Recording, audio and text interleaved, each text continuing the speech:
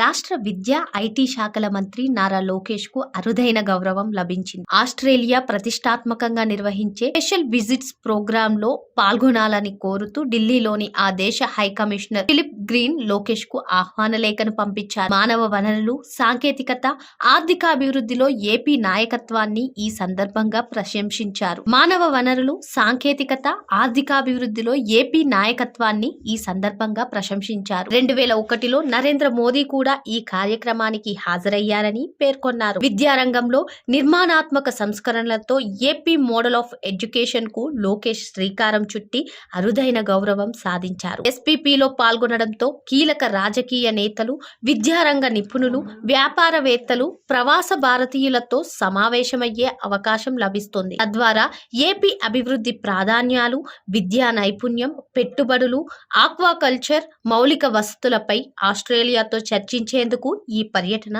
దోహదం చేస్తోంది అని లోకేష్ కార్యాలయం ఆదివారం ఓ ప్రకటనలో తెలిపింది.